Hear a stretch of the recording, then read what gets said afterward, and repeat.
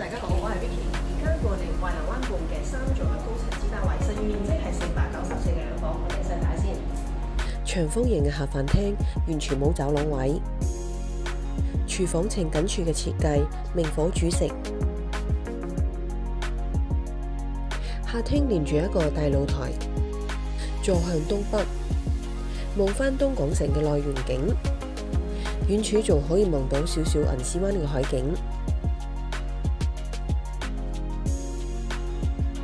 而家嚟睡房區睇下，呢間睡房大約有2米乘2米嘅面積，方正實用。主人房係長方形嘅設計，大約有2.2米乘3米嘅面積，有足夠嘅空間擺放雙人床同埋大衣櫃。浴室保留原有浴缸嘅設計，裝咗乾濕分離嘅屏風，方便打理。